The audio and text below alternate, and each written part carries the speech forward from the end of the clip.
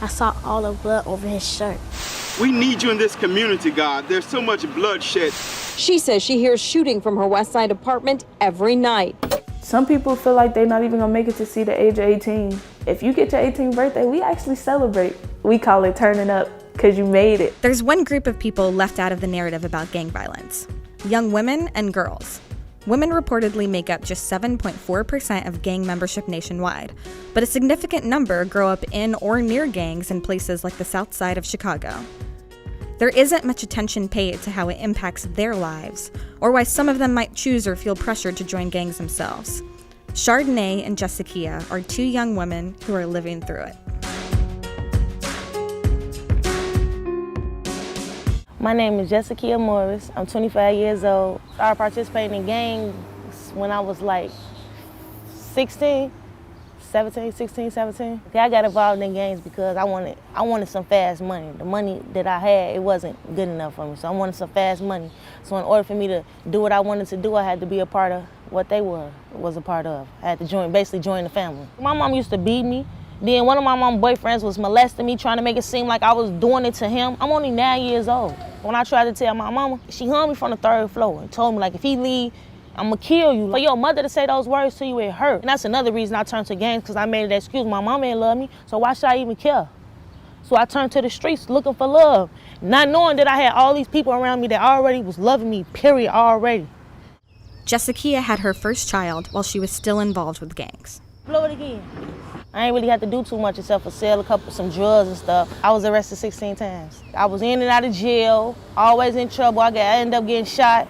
I lost a couple of my friends to it. All type of stuff was going on. Gang culture, it's like, it can destroy you, but at the same time, it can uplift you because you learn from it at the same time. I don't think what I went through, I don't look at it as no mistake that I made. I look at it as a learning experience.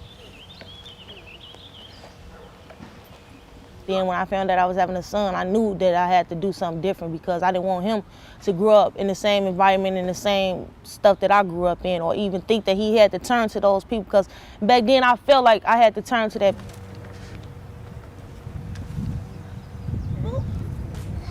It's real hard to get out because when you try to escape yourself from certain situations, people look at you different. Now you a snitch, now you this, now you that. What's the gun beers?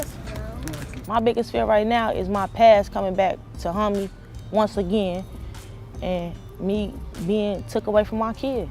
I still got a lot of anger in me about a whole lot of stuff, but and then a lot of people tell me I don't know how to show love to people because I never had nobody show love to me.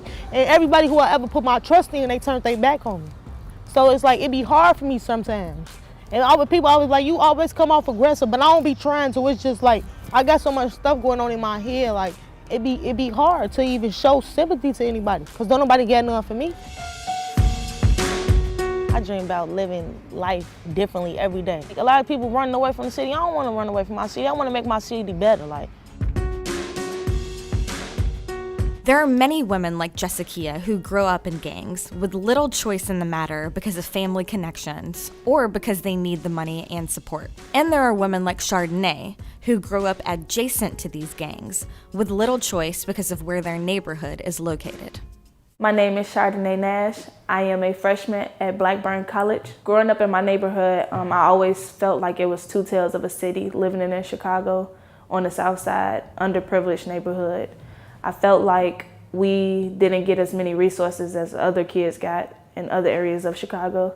And I felt like growing up in Inglewood, we had to face many challenges that other people wouldn't understand. Every day somebody's getting killed. Just alone this weekend, 4 people I grew up with were murdered. Even though we wasn't as close, but it still affected me because I sat by them every day in school or I seen them every day in my neighborhood. It traumatizes me. When I hear the gunshots, I think about who it could possibly be that got shot. I just hope that it's not one of my brothers and sisters or nobody real close to me. It makes me fear my city, like it makes me fear the people around me. My biggest fear is not knowing whether one of my family members are going to end up on the news next or if I'm going to end up on the news. Some people feel like they're not even going to make it to see the age of 18. If you get your 18th birthday, we actually celebrate. We call it turning up, because you made it. Chardonnay had to leave her home because of domestic violence in her senior year of high school. I still am basically homeless. I live with my cousin. And I've been living with her for like a year now. What happened? Wait. It made me join every program at school. I used to leave, go to school at like 8 o'clock, then come home to like 8 at night. I joined the National Honor Society, the flag team, Demoiselle. Every program that I found, I joined. And knowing that I don't have a place I can call my own, or knowing that I have to worry about if a person wake up and say, well, you gotta get out of my house, that was my motivation.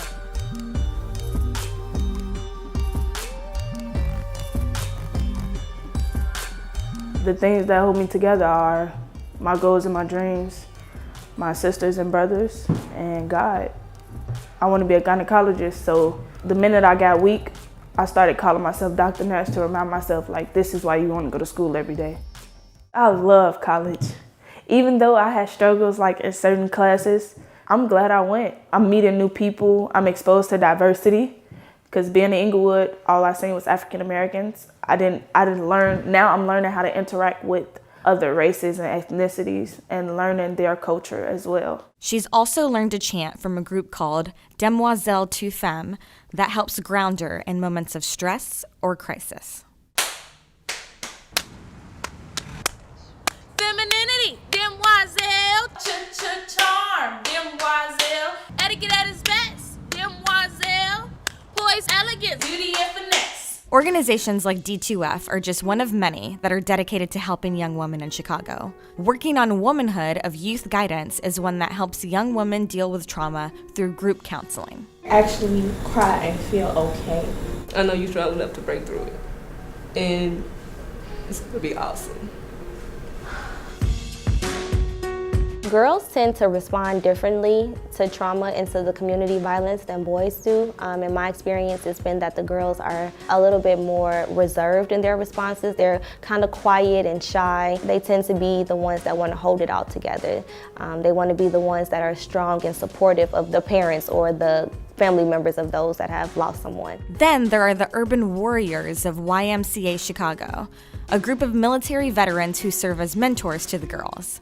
They draw on their own experiences to help them recover from violence and conflict. Young women and female veterans, their experiences are left out of the narrative. And I think if you really look at violence that is experienced by both populations, these girls could be shooters, these girls could be shot callers. However, they're also girlfriends, sisters, daughters, partners, moms, aunts, grandmothers. They're part of the equation. Young people are products of their environment. So if they're growing up in communities where there are no schools, there are no jobs, the nearest grocery store might be a couple of miles away. Their parents are living in poverty. Maybe they have a parent who's incarcerated or a parent who's been deported. That disrupts their social safety net, right? So these young people aren't given a fair chance.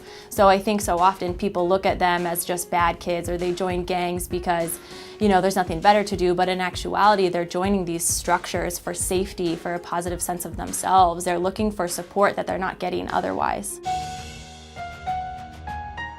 Just give us a chance. If you teach us, we'll learn. Like, just give us the same opportunities and resources as everybody else, and we'll do the same thing that everybody else do. If I could talk to just a kid at 16, I'd tell her, like, live your own life. Stop trying to be somebody else because somebody else wants you to be that person.